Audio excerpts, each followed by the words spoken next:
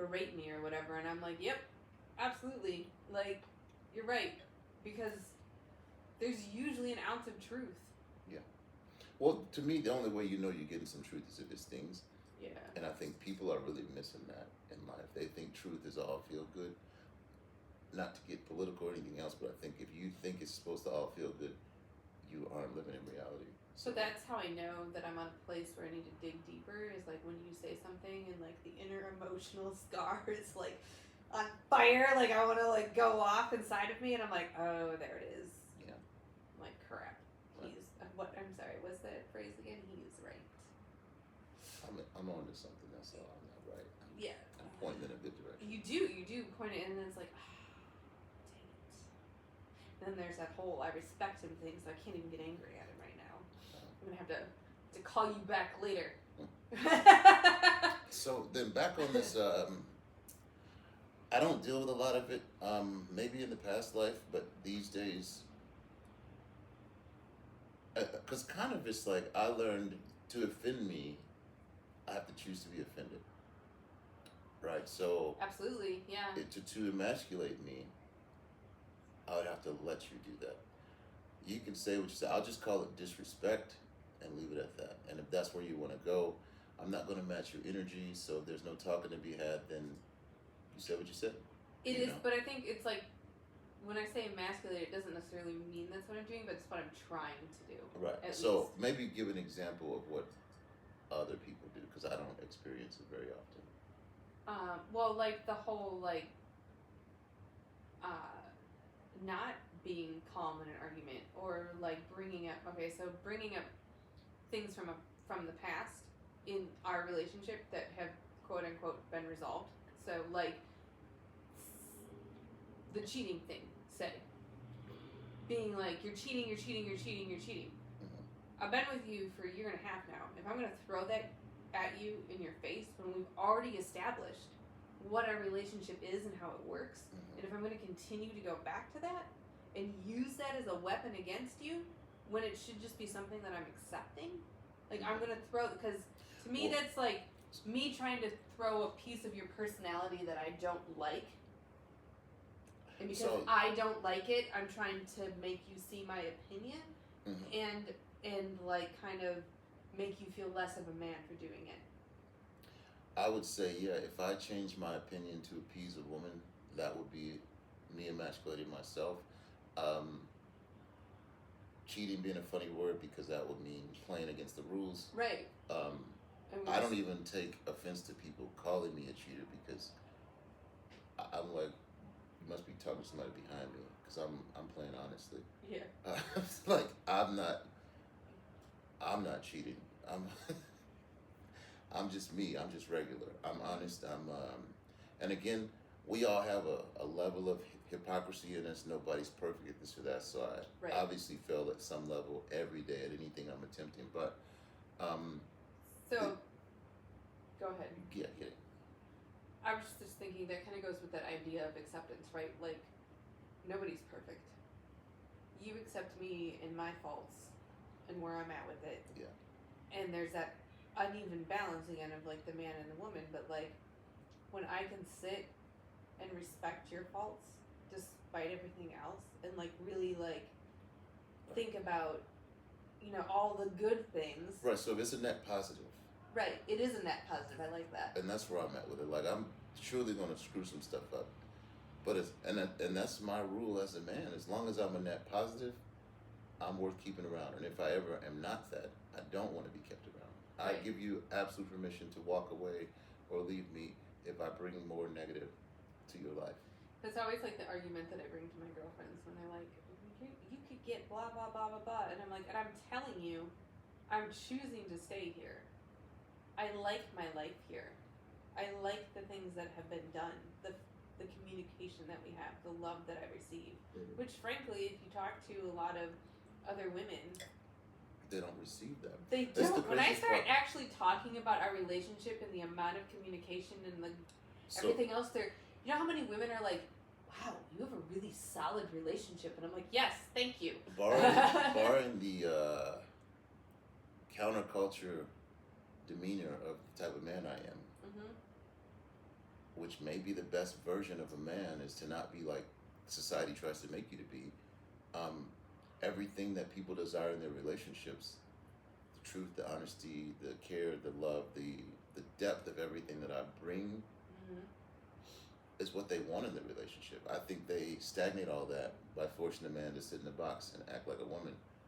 And then realize that it just doesn't stifles him. work. It Yeah. just he suffocates trying to commit to something that he was told he should be instead of just being who he is. And that makes him into a bad version of a good man, which is a bad man. Okay, and so some guys successfully pull it off. Some guys may not have the same desire or viewpoint. I understand that, but I'm gonna go and say 80% of dudes are not built to be monogamous. And of that 80% of dudes, most of them don't have the honesty to lead the lifestyle. And that comes from guts. Like, so because we're raised by women to be nice guys and good guys, which also convert to cowards in some way, shape, or form. So to be less cowardly is to be able to disappoint people, to be able to say the hard thing, to be able to accept the hard thing.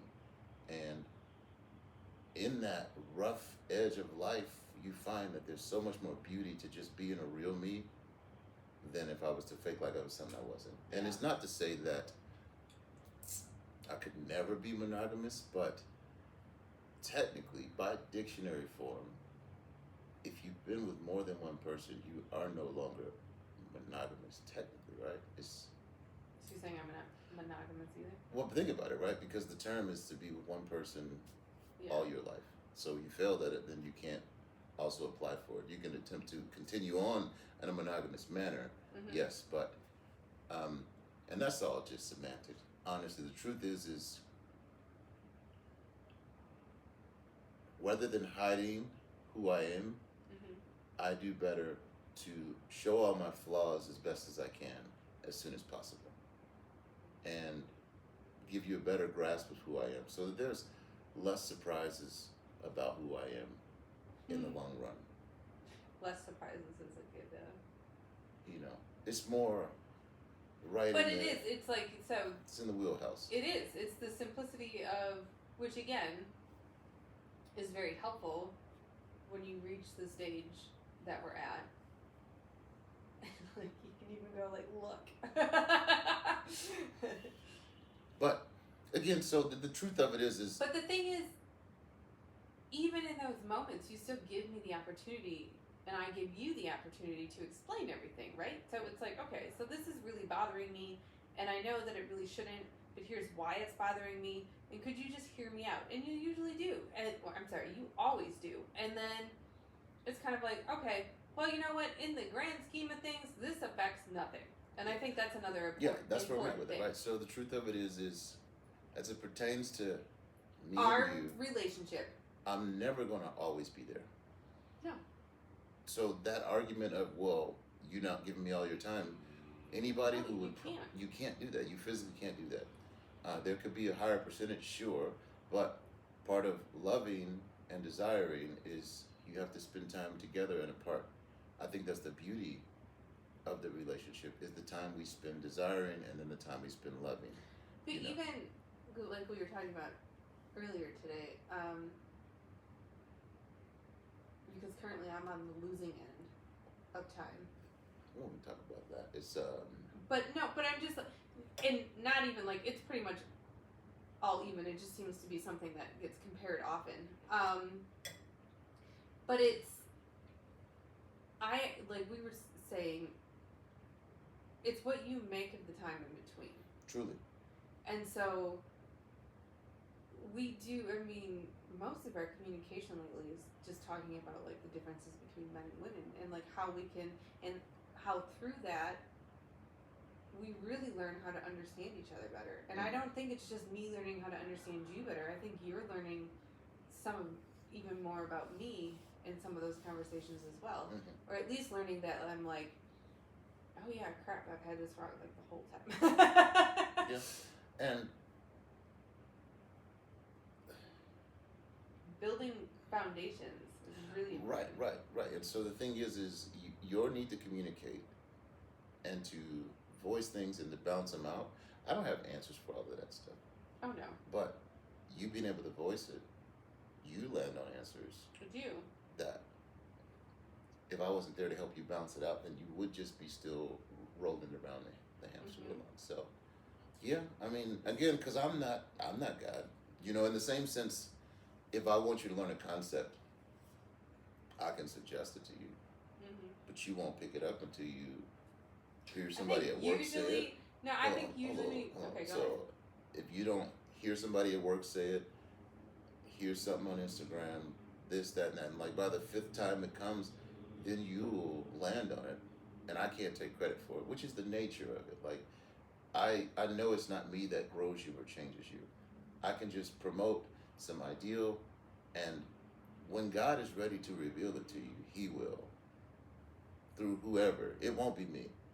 So the idea of, like, it's still God's plan, right? Like, above all else. And it's like the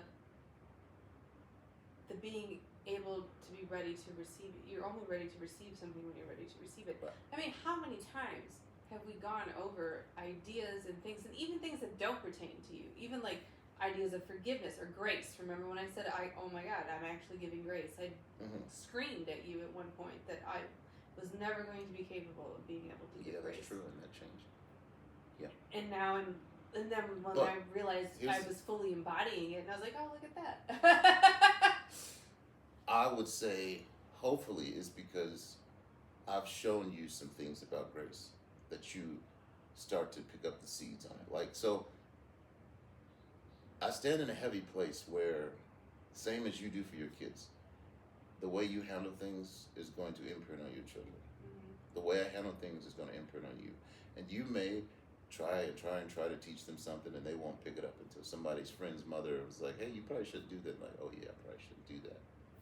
But it's because you poised them to see that, right? And so I'm hoping that in whatever storm you're standing in, I can always represent a calm in it. And you see that.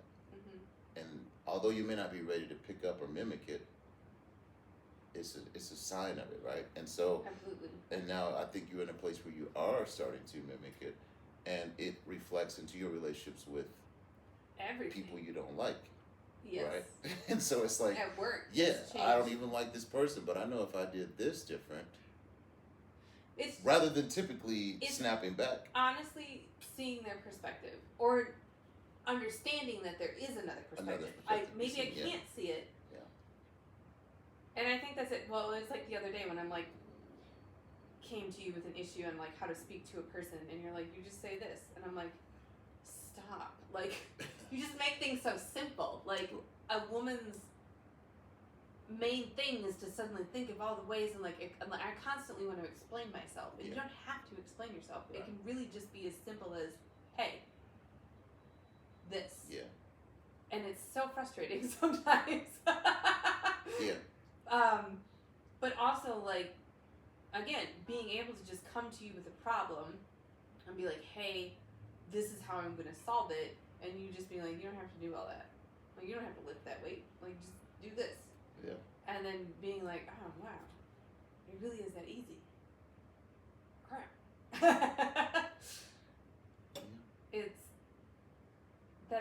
But it is, like, once you realize how simple things, it's just, I'm going to say my favorite thing to say, that I say over and over again with this serenity prayer. It's followed me around my whole life. For most of my life, I focused on the second part of that prayer. Things that I can change.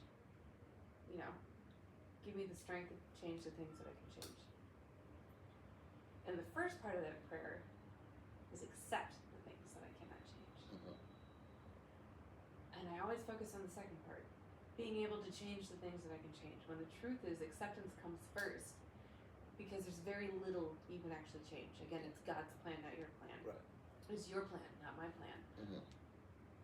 And when I learned acceptance, true, like, it's really not my problem. it changed a lot of things. Mhm. But it was again being able to receive that message, and I can't tell you why on the day that I was able to receive it, it was that day, God's plan. But that changed a whole lot of things, because like it really was just being able to sit down and see where life is at, and not just with us, but like with everything. And I was like, oh, it's like I've been living a whole different life the last couple months. Yeah, which is miles ahead of where you might have been if you continue down the path you were on. Oh yeah, You know what definitely. I mean, you actually jump track and move to a completely different destination, technically, compared to where you were going. Mm-hmm. You know, and acceptance is the biggest changer in that. Just acceptance, flat out, being open. And I chose acceptance at a very young age, and I tried to master it. And it means sometimes I'm on fire, and I just look at it and say, okay, so that's fire, cool. And sometimes I'm getting hit by a load of bricks. Mm-hmm. All right, cool. Because responding fire for fire or brick for brick is not. Or even trying to solve the problem that you really can't solve. Sometimes you just have to sit Right. in the problem. Right. And so I learned acceptance through my faith in Christ and everything else, right? And so, and the things I'm learning about even faith and grace have put me in a whole another realm of like, really, what are we doing here?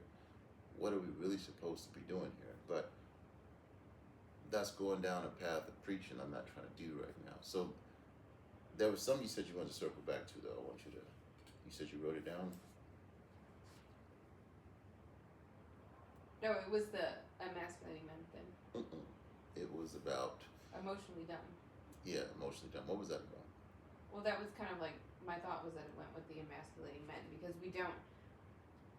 Oh, okay, so. Because I don't think, it was like that whole idea when we were discussing it, we forget you guys actually do have emotions. Oh, we do, yeah. So society emasculates men. Yeah. It's common talk. It's the way it should be. Yeah. And you can get swept up into this really easy. It's really easy to. They do those little experiments where a guy and a girl will set a scene in the middle of public, and first she'll be slapping him up and getting all in his face, and nobody does anything. Like, oh, tough break, brother. That's what it is. Nothing happens, and then they'll switch roles, and he'll do it to her, and everybody's standing in. So again, the part of that I believe is nobody's coming to save us, men. We have to save ourselves, right? So you could try to emasculate a man. It's just his response that's going to dictate whether or not you do so, right? Your attempt to, whether inadvertently or not, is irrelevant. My response to it is all that matters, right? So you could do something that would be technically emasculating. You could, like I used to be with people who would make jokes at my expense, and I hated it. I absolutely hated it. I still hate it. And I didn't have words to say about it, being that I was more non-confrontal and all that. But it sucked. It was one of the worst parts of relationships. It would actually dictate whether or not I thought I would stay with that person. Is if when we get around all our friends, is all you do is make jokes about me. Do you know what I mean? That. Which you can take that one step further. How do you talk about your man when he's not around? That's huge too. But yeah, which obviously I'm not around to know. But I mean, I don't ever talk about you negatively, even if I'm having an issue with you, it might be like something I might mention to my closest friends, my wife friends. We can get out of that too, and talk to them about. But even that's still in a vein of like, look, I still love this man. He's just really irritating me right now, and I just need to vent. Right, and the same. But I'm never gonna step out into a group of women, even if I'm quote unquote friends with them, and be like, yeah, he sucks right now, and I really hate him, and he's doing this, and this. Like, nope. Right. In the same sense, we shouldn't be doing that as No. men, right? So, But we could handle it because the difference in spilling the beans to a group of dudes, men, and a group of women is completely different, right? Mm-hmm. So a dude's not going to, because we see the women as the best part of the relationship. Dudes aren't going to be like, yeah, you should probably break up with her. Like, we're not going to egg on making separation. Only dude that would do that is a guy that wants that girl.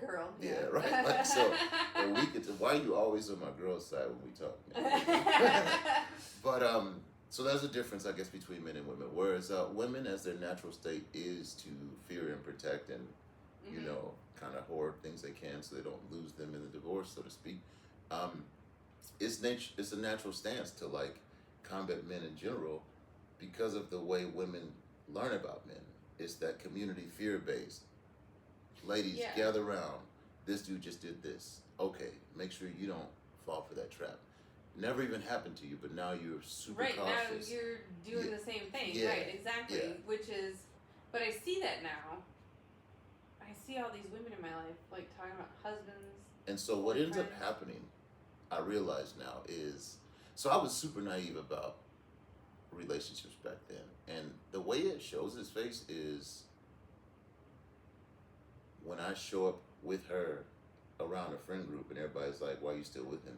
You get that kind of feeling like, okay, cool. How you like? It's even worse when they like break up and then they get back together. But even in the sense of like, because that's more, I guess more. What's the word? Like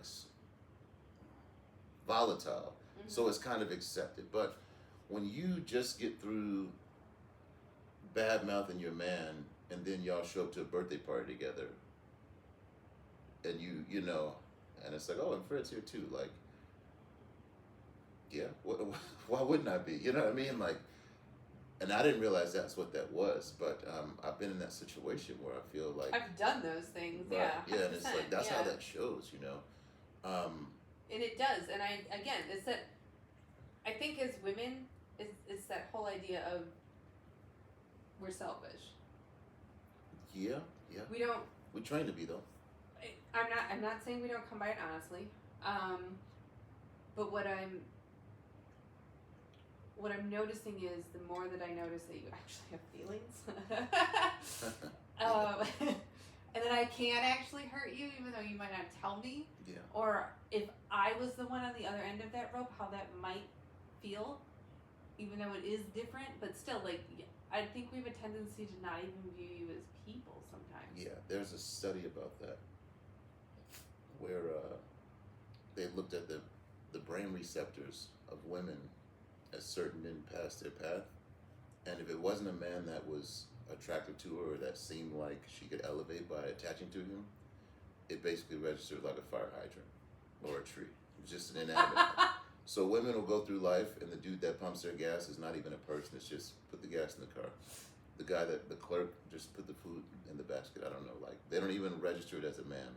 I mean, at the point where I am now in my life, yeah, absolutely. Right, but for instance, you know, and so there's women, there's men, and then there's those other dudes that just this thing that walks around. Which is why it's so funny that we keep so many of them on our Facebook page. Well, or dopamine is a funny thing, right?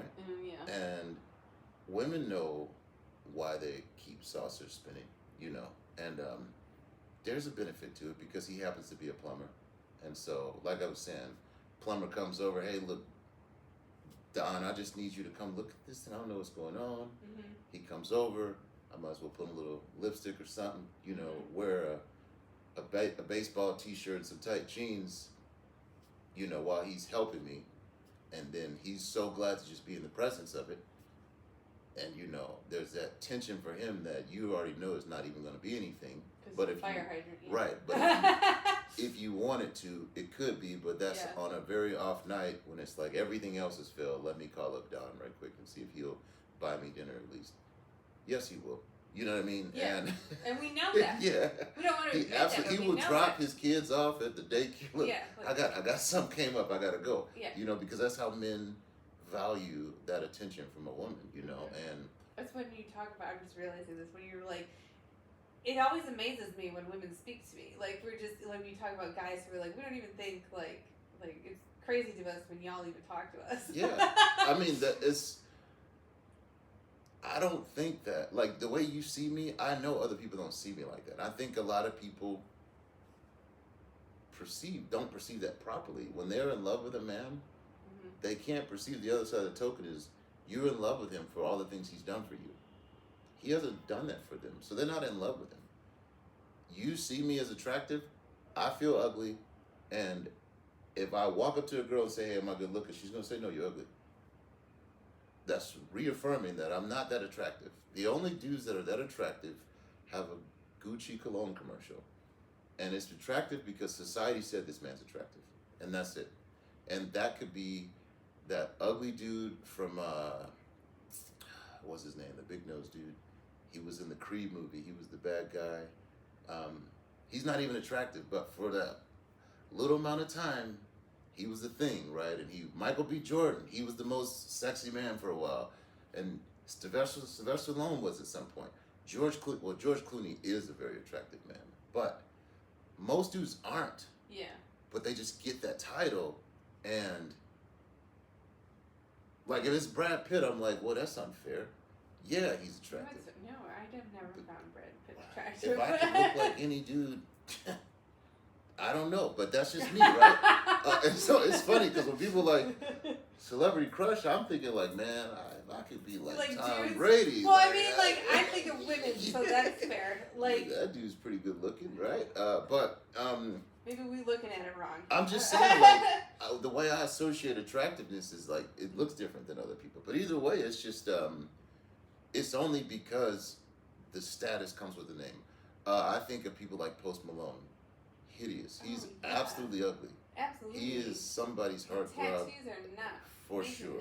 Right, and the tattoos didn't help at all. He was ugly before. I know, right. and then the grill too, yeah, oh my goodness. And so there are guys that are just flat out ugly. No offense, Posty, because honestly, I like some of your music, I love his music, like, but bro. yeah. And so it just is what it is, right? And so for men, our attractiveness comes from somewhere else. Yeah. It comes from what we can offer more than what we look like.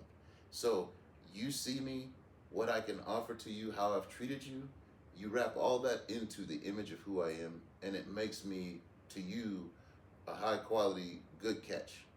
Mm-hmm. But I haven't done that for these other people. So they don't see that. They just see some weird dude that isn't.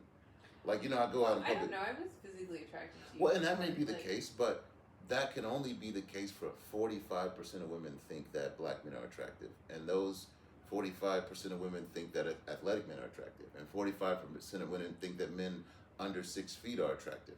And 45% of women think that short hair is attractive, or beards, right? So it's like my odds are kind of narrow. Some people don't like that I have a beard. Some people don't like that I'm black. Some people like a dadder bod than mine. Some people want a dude that lives in the gym, and some people don't like guys who wear cowboy boots, period. It doesn't matter because their ex wore cowboy boots.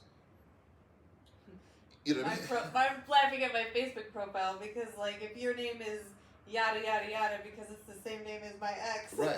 You and done. my Facebook name is the name of your ex. That was absolutely yeah. on my Facebook profile. Don't even comment if this is your name. Because the amount of men who actually commented with that name was insane. I'm like, no, that's a real thing. That's a physical, right. I will never date another man with that name again. Right. And so for men, it's a no-go on us, the way women look at us. It's like, it's actually, no, women have a range after that fact. So women start with a go, no-go. You can quickly turn a yes into a no if you approach too hard, come in too hot, if you're wearing the same color of the person she hates, if you smell funny. Yeah, whatever. Yeah, if you smile and there's a missing tooth, bam, right? You're already out of the picture. But live in your parents' basement. Actually, that doesn't do it. Yeah. That still works. That still plays.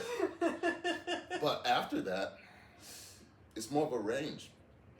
A woman wants a man that's this much thug, but not currently in a court case for murder, or she wants a guy that's this much gentleman, but not nice to everybody else.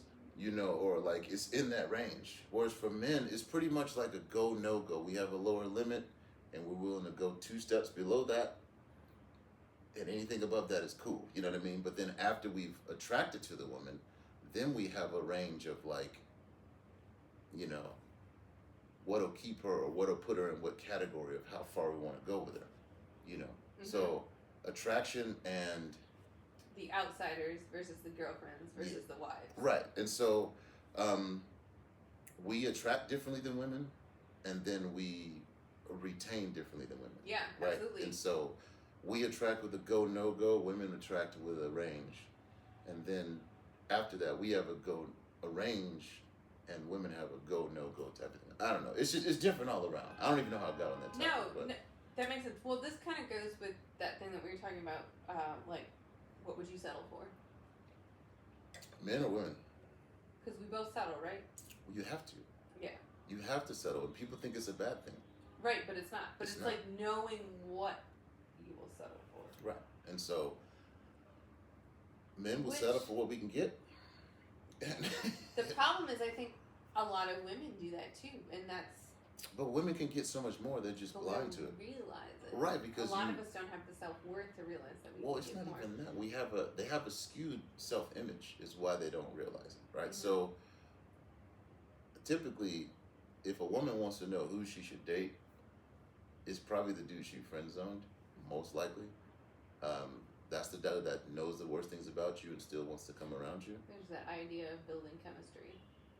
Well, so yeah, he may have failed to build the proper chemistry or whatever the case beforehand, but and then with the hypergamous nature of women and the need to continue to elevate, if he's below the status of the last person she dated, then it's automatically going in the wrong direction, you know, although you could be happier. But you don't even consider that, so. A lot of women won't consider that. No, they won't consider happiness, although that's the number one motive for why they do anything. Right. We just don't realize it. Craziness. It is crazy. Yeah. I don't know. I'm telling you, I wouldn't give anything up for the amount of emotional safety that you provide. Right. That's insane to me. Like, when I speak on that to, you know, my friends or like coworkers or like whoever wants to ask me about this relationship, and I was like, I don't, like, I can bring him anything, absolutely anything, and I don't even question it anymore. I know I'm unconditionally loved. This is a scary place to be for you. Yeah. But the thing is, in wanting to stay here and wanting to love you, it's giving you that amount of respect too. So like, I'm not gonna step out. I'm not gonna do those things. I'm gonna study you and figure out what the 30% that I should be bringing to the table is. Right. So there's a lost art again. So again, in choosing a man, you're not choosing a puppet or a doormat.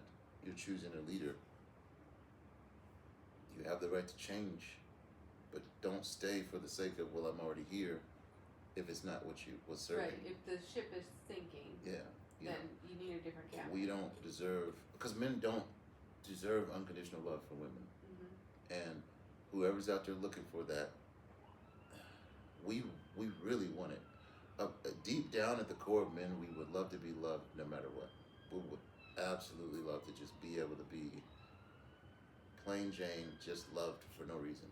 It just doesn't exist. I just think that's the point that like women miss. It's again realizing that you're a person with feelings that can be hurt.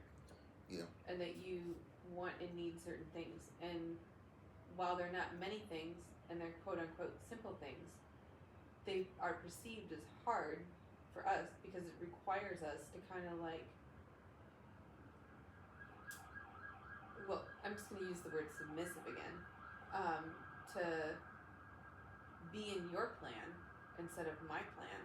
I don't want to say it's giving up freedom or independence, because it's not, because we discussed that. Well, like, but in I a actually sense, feel like in a lot of ways you are giving up independence, but you're supposed to. But like, that's the idea, right? Right. Like, I want to attach your last name to my last name. Right, and so that I am now no longer an independent being single. I am and so actually with you, even in name. as a culture, we've made that a bad thing. Women think it's bad to not be independent because of the fear of, well, then what if he leaves? Then what are you Right. losing? But technically, society is set up so that if he leaves, you get more. You get half of everything he did, plus alimony and child support. You know what I mean? So it's not even. It's actually a better deal, Mm-hmm. financially at least. Which is what the fear is. Is if he leaves, how are you going to pay for everything? If he leaves you with all the bills, but I don't know. It's such a. The culture is so counter to what actually healthy relationships is, which is based on the whole point of keeping people dumb, keeping people needy on the government, Mm-hmm. so that, big government isn't a good thing. Again, that's pushing in a political sense. But the truth is small government is where it's at. The smallest government being a family, then a neighborhood, then a city, then a county, then a state. If you have a good house with a bunch of other good houses in a good neighborhood, and you make a good blah blah blah, then ultimately you'd have a bunch of good states, which would make a good country. Mm-hmm. And we're deteriorating that in these ideals that we bring. But again, what's the next topic on the page, Joe? Because I want to talk about politics.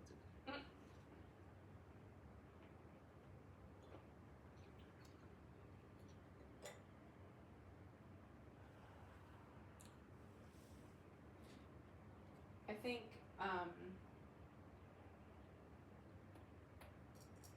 a lot, like we've discussed, because you actually usually date older women, and by the time we get here, we usually come with our own set of baggage and issues, and most of us also at this state in our lives have realized that society has completely and totally lied to us. Where we want to say things, I hear it all the time. I want to be a strong, independent woman, but I also want my man to pay for everything. And we just don't hear ourselves when we say that, and how stupid that sounds. Again, you can't emasculate a man and also think that he's a man at the same time. Right, you lose respect for You him. lose respect for him, 100%.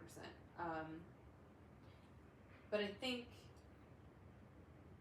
there's this group of women, or there's this advice that people tell you that if you're broken, you need to fix yourself before you get in a relationship. And that's only true for men. Right. And even then, I think you only have to fix yourself to a certain point. Yeah, we can never fully fix ourselves, for sure. Right. But you definitely have to do some work before you really can get to the level where you're at, where I'm screaming at you, or yelling at you, and debasing you, and you can sit there and look at me and still love me. Yeah. So that work is disassociated with the feminine side of myself, if I'm honest. It's not a lot of work. It's just a realization that life isn't fair. So if you stop expecting it to be fair, then you can at least steady the ship when it's not fair. Mm-hmm. It doesn't take a lot to be a good man. It takes kind of like restraint and, like control of myself, so that although everything in me may want to respond with emotions, logically, what should I do? On the other end, for women, I think we try to run from that idea. We think we need to fix ourselves. Mm-hmm. Well, yeah, society, because you got to be self-sustaining, you got to be all this. But the truth is you can't really fix yourself without having the presence and the witness of someone in a relationship that's going to show you that life is different. right. And then, so that I know that guys are out there looking for this woman who's got no trauma and no baggage and no life experience. And again, okay, so then date an 18-year-old, I guess. But she's still going to be heavily indoctrinated by her father, so you have to combat that in a sense, which may be easier than undoing years of abuse or something. But not everybody grows up in a perfect home, So Nope. if you expect to find a woman with no baggage in any way, shape, or form, you're going to be waiting for a while. You have to find a Mormon chick, or like one of them Quakers or something. Even they're gonna have some type of religious. Well, they're gonna have they're definitely like a way of life that. Yeah. So it's impossible, and I think part of the 70% is learning how to deal with baggage, learning how to sit with it because I didn't fix any of your baggage, No, you did not, but I came with a lot of it. and now you have less. A lot less. Right. So all I can do is be patient with it, accept it, and sit in it, and we can talk through it as many times as we need to,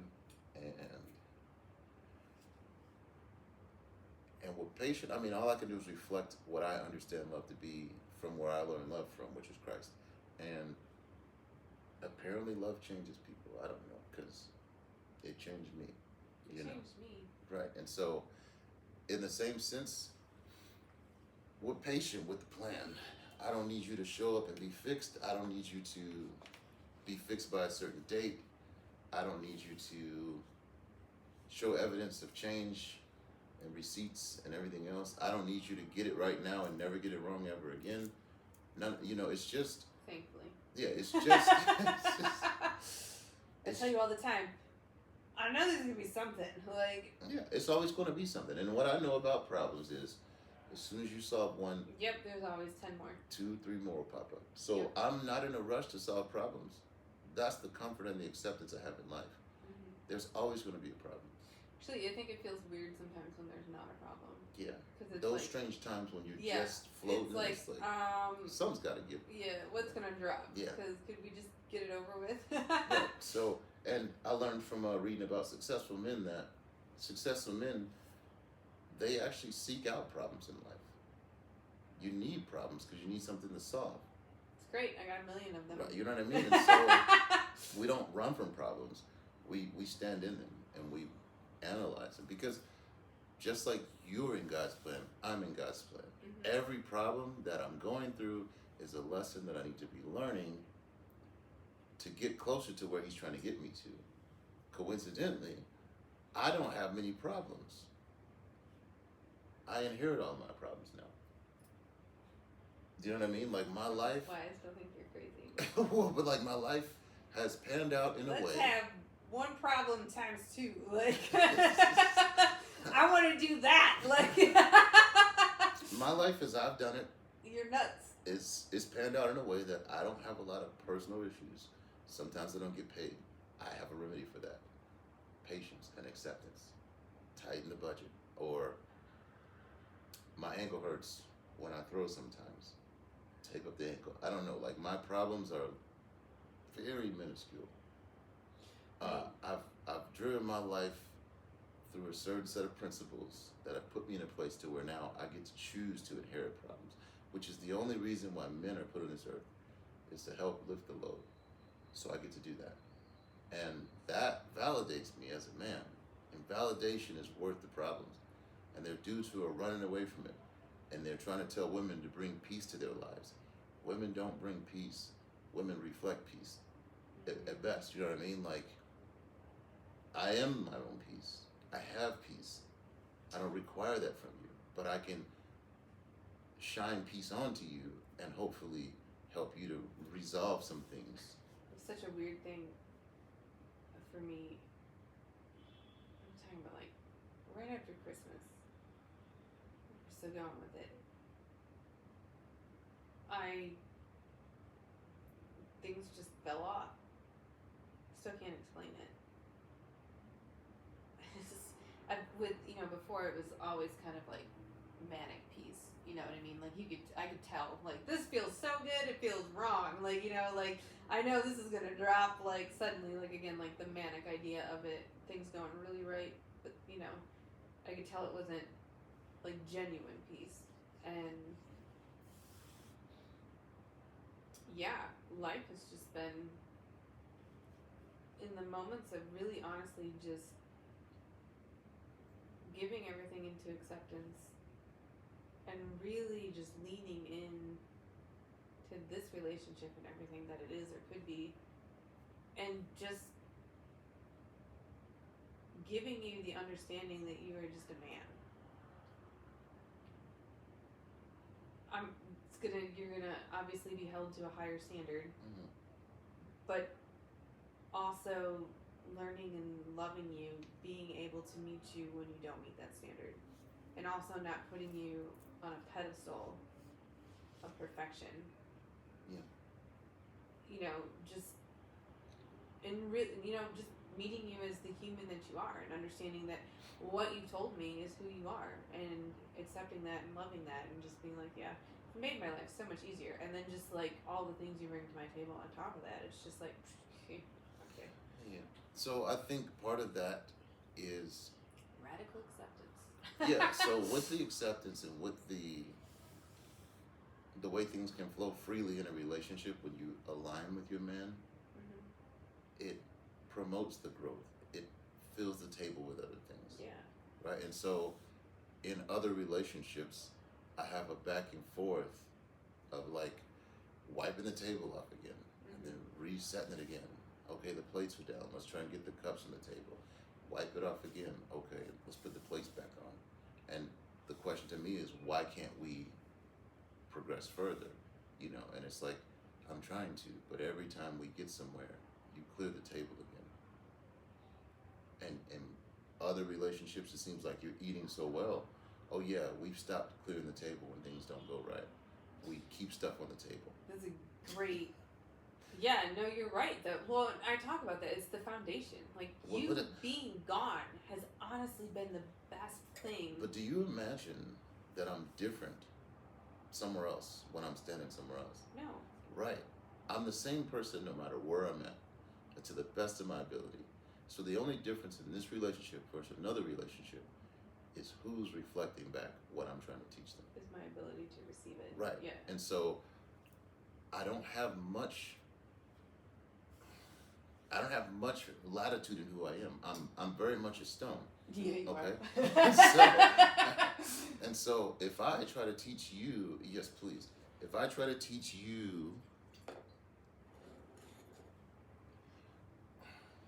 how to be peaceful, how to find peace, how to seek peace, how to not overly exacerbate a negative idea that isn't even true, a negative assumption, and then you accept that, right? I usually accept it. I mean, for me, turning points have just been being able to be like, look, bro,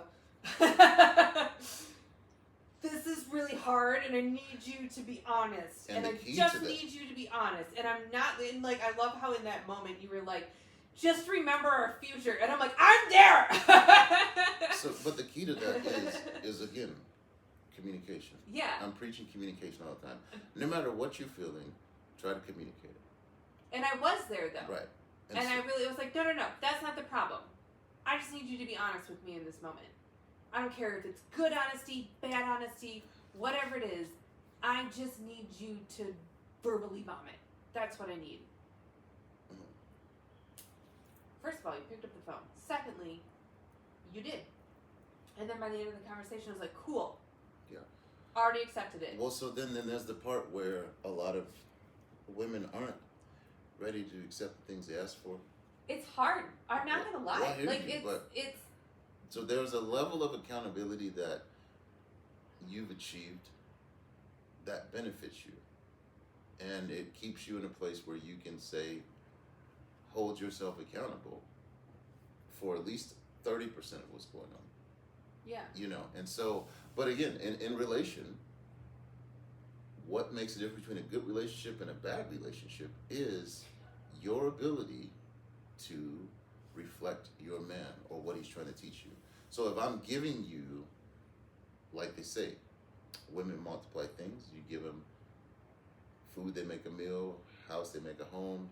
Seed, they make a baby. If you give them troubles, they make a storm, right? So I am not out here doling out troubles to people. No, that's not what I'm doing. You're being honest about it. And even besides that, all I'm here to do is listen to your problems and devise a plan that will help you. Mm-hmm. You, her, or her. Mm-hmm. You know what I mean? Like, it doesn't matter. My guy at work, my friend back home, my dad, my mom. It doesn't matter who I'm dealing with. I'm only here to be of use. Okay? So, that's me. That's always going to be, because that's who I aim to be in life. Mm-hmm. I aim to be a problem solver. When I get feedback about this or that, or why this should look this way or that way, the only thing I can say is, trust me a little more. I'm doing it. I'm working on it. And that goes back to my scientific, okay, fine. I'm going to trust you. I'm going to test it. but I'm going to trust you. And it did take, like, it wasn't automatic trust. It's not No, like I threw myself into this. Right, but it just takes taking the steps, and the honesty really comes from saying what you really feel, saying what you really process. Like I said, don't hold on to the resentment. Like, and just the craziness. Like, I can't tell you how many times I've called you or said something, you're like, yeah, that sounds like a movie plot. Yeah. I know. I just need you to tell me that I'm crazy. Cool. Yeah. Right. And then so if I say that's not logical, let it go. Yeah. Don't play into it. Don't continue to fester on it. Move to the next situation, because your assumptions, a woman's mind can take you through a lot of hoops and turns that just don't exist in the real reality. And so, and again, I just learned to, it's not just here. Like, I really started implementing this in my life, and it kind of sucks because, like, now that I'm able to see these things and only hold people to the standard that they can give me, that's all I can accept from them. You know, I can't accept more from them. That's wrong on my part. right. Even though I want them to be up here, I can't make them be up here. Which is the issue women have when they choose a man a lot of times, is they try to choose a man to elevate him. It's not your role to elevate a man. Yeah. And I keep hearing that saying, and I don't know how much I agree with it, about behind every strong man is a strong woman. Is she lifting all that, or isn't he supposed to be lifting that for her? It's like that umbrella theory that you had, but for me it's more like, you're probably the only person in my life right now really filling my cup. And again, you can go back to that. Like, why this, why that, why, you know, how does this relationship work? Well, he fills my cup. So then arguably maybe I'm not filling somebody else's cup as well. And the reason why, to me, if I'm still steady the whole time, is either I'm not the right man for you, or you aren't showing me who you really are. You're not telling me what your real needs are. Right. You're not giving me the whole opportunity. Yeah. Well, it's the communication, and right. it's hard. It is hard, but it's the truth really, is, especially for a woman, especially for broken women, that idea of vulnerability. But again, that idea that I still work through after months and months and months, but the very basis within like the first month, well, how you gonna know unless if you give it to me? right. And so, and even, you know, then I hear, and I thought this too, like, one of the reasons you don't want to give it to you is because you're always right. I know that gets. So we don't want to be wrong as women, but then it's like, okay, Let me pause you on that. If you steer in your life for all of the years that you've been alive, mm-hmm. and you land in a place where you're still looking for something, some help or something, in the same way, technically, you're wrong, mm-hmm. right? Is this? And that's the part about it that independent women really get me with, is you don't have a clue of what you're supposed to be doing or how to get there, because you weren't built to carry this weight.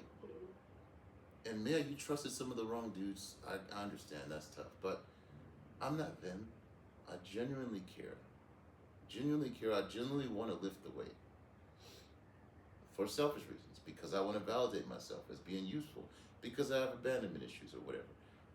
You have savior complex. And a savior complex too, right? And so that is what it is, but that could be to your benefit. If you let me do what I'm built myself to do, absolutely, then I can do that for you. But if you think that by trying to lighten the load by not telling me what it really is, but inching into it like, well, if you give me an inch of truth, I'll give you an inch of solution. But if you give me the whole mile, then I'll take it to the mile.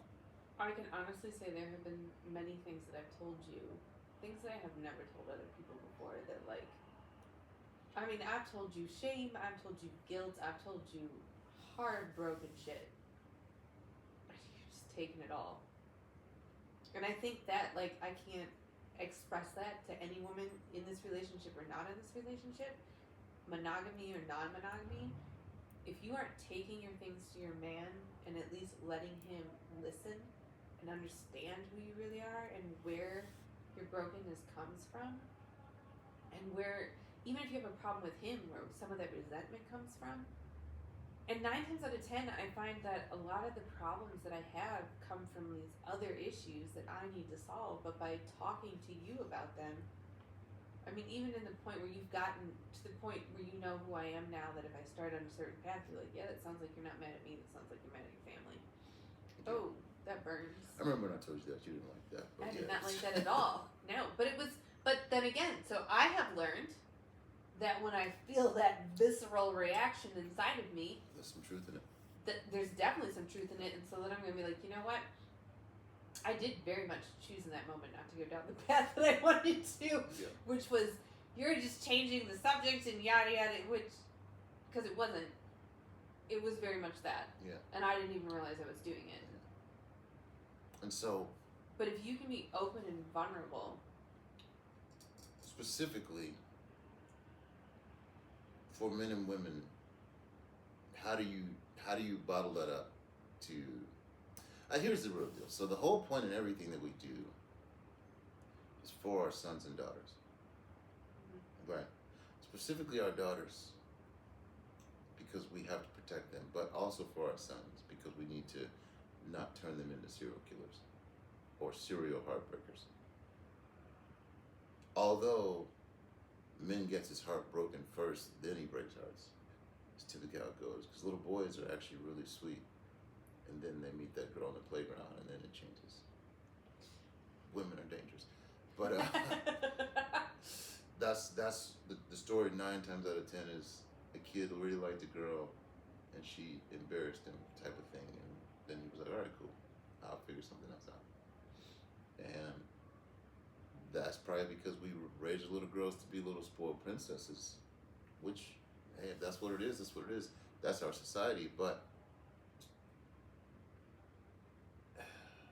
what I really care about is teaching our daughters to take on less trauma before they find their husbands. And as far as our men, our young boys, teaching the responsibility of that. So for me, as I've said before, the Sermon on the Mount, Jesus fed 4,000, as the Bible says. He fed 4,000 with 3 loaves and 2 fishes. 4,000 was just the men count. That wasn't the kids and the wives that were in the community. The way the Bible counts people is by the men, the head of the house, I guess. In the same sense, when it comes to the judgment day, I do believe I'd be absolutely okay if he only talked to the men and the women were just, you know, I'd be absolutely okay with it. Yeah, like, who you tether to, you know, like, all right, it's on him then. I would absolutely take that responsibility. And how do you gain that responsibility? If you accept a woman's body, you accept responsibility for her soul, and it's tied to you. Sounds crazy, but if that's how it is, how unfair that might be, I would take that, you know. Until you're married to somebody, you're tied to whoever. So you may have 7 saviors out there or whatever, but at the end of the day, men have to be more responsible. Boys have to learn that at a sooner age, which is why they need to have a hard life. It's because once you realize nobody's coming to save you and it's never going to be fair, the sooner you figure that out, the sooner you start to dig in and do what you need to do to be accountable for things. Like you said, your son has got X amount of dollars saved and he's doing all this stuff, and I'm like, that's cool, but he doesn't have any women to spend it on. So that's something you need to have a conversation with him. I think I told him the other day, I was like, Fred says you really need to find a prom date. I was like, in fact, you should find 5 and see which one works. Yeah, because you are not really a man until you sacrifice for somebody. I think, you know, the thing with Evan is I think he takes his family to like a different level. And I think he sometimes sacrifices for us. Which is fair, because he's raised to be that type of man, but... I mean, the kid lives between 3 different households. Yeah, and handles it. Gets straight A's, has a job, is in all these extracurricular activities. I don't know many adults who could handle that type of... But truly, but the thing is when he turns 18... Right. All of that washes away. It's a blank slate. Yeah. Well, and he's signing up for the National Guard, so the summer might get real interesting for him. But the world, so we have a rite of passage as men that is very simple. How old are you? Are you a man now? And at that point, all of your past traumas or all the pedestals you were put on, all of that is no longer accounted for. Like if I didn't have a father to teach me how to be a man, but I'm 19 now, you should know better. This is what it is. You know what I mean? You can go to war, you can die, you can go to jail. But we hold women farther more under that blanket. You know, she's only 24, man. What the hell? You know what I mean? Like that's, you know. Only But 24. I had my first kid at 25. So it's a completely different standard, though. For us young men, you need to learn accountability. And that's why I say, like, you need to tell him, like, I know, but it's like, hey, man, if you got money and you want a car, maybe you spend some money on a car. That's what I mean. You know. Where I'm at with it. Right, you know, because that would be a better path for him in the future than entering in the future with X amount of $1,000 and no car. And it would cost him something, but he would know the value of it because it cost him all these hours of work. And that's a far better lesson than buying a $10,000 computer so you can code better or whatever. Like, that's cool too, but you already have a computer. You know what I mean? Like, and so those hard lessons for the boys will teach them value and responsibility. Now, when you decide you want to go That's up, why he said he needs a woman to spend some of that well, money. that's what I'm saying, right?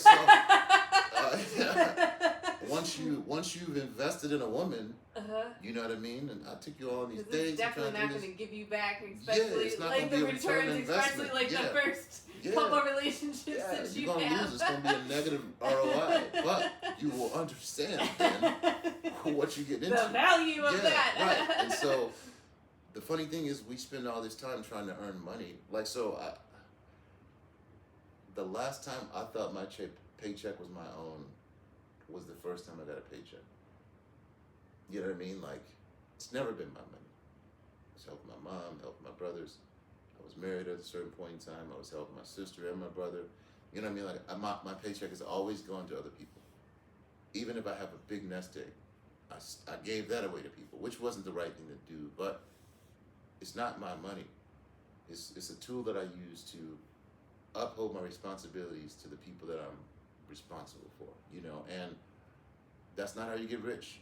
But being rich is not the goal in life. Mm-mm. So you can argue it, but I don't see a lot of happy rich people. I don't know a lot of rich people either, but by the media standard, you know, so there's some things that it took me too long to learn, but I finally got around to learning them, and unfortunately my mom couldn't teach them to me, you know, and Or, so I mean, same. Yeah. right, and so Like, it's tough because the best you can do is to not raise an asshole. I've done that. Right, At least. but the world's going to teach you, you know, a lot. I've been called a nice guy sometimes, and I'm like, oh, you know, I'm only nice to people I like. Yeah. Your It's just- dad argued with me on that. Yeah, he understands. The look he gave me when I said that, he goes, "That's because you're a woman." Yeah, he understands, right? Like, no, I like to. It's so funny. I like to roll people up and treat them a different way, but if And I like at you- first I was going to be like, huh? And I was like, yeah, no, you know what, Tony, you're probably right. Yeah. But that's the way it should be, right? A nice guy will be taken advantage of. Yeah. He will be hung out to dry. Yeah. No, he did argue with me on that. He looked at the craziest look he gave me. He was like, yeah, no. He's not nice. Yeah. He's like, you that's not a nice man. It's because you're a woman. And it's what it is. I've corrected people too, and that's like, did you realize if you were fat and ugly, I wouldn't even be offering, you know, whatever. Like, the truth is you have an advantage in life. That's what it is, and that's how life's supposed to be. So it's tough when you like a fat, ugly girl. I tell you what, that's probably the one thing I don't want to be. I'd rather be an ugly dude. Well, I'm not ugly dude, but like like the pedestal of life is like the top tier is a famous rich man. Then it's women of varying degrees of beauty. Then it's men, regular men, and then it's, I mean, like, I guess fat, ugly girls come in there somewhere, but like, it's tough. It's tough for women, you know. So, yeah, life just isn't fair though. And what can you do about it? I mean, you do technically possess the the ability to control how much food you eat. So being fat is an option, but sometimes people's face is just, I guess you can surgery that up or something. I don't know. We're off topic though. What's the next thing? I don't have any more topics. Well, then you were getting on the topic of start to brush on it. We talked about it for a little while. I'm losing it. I don't know. Well then. So what does it benefit you to be in a relationship like this? Oh, that actually I've written down. Oh.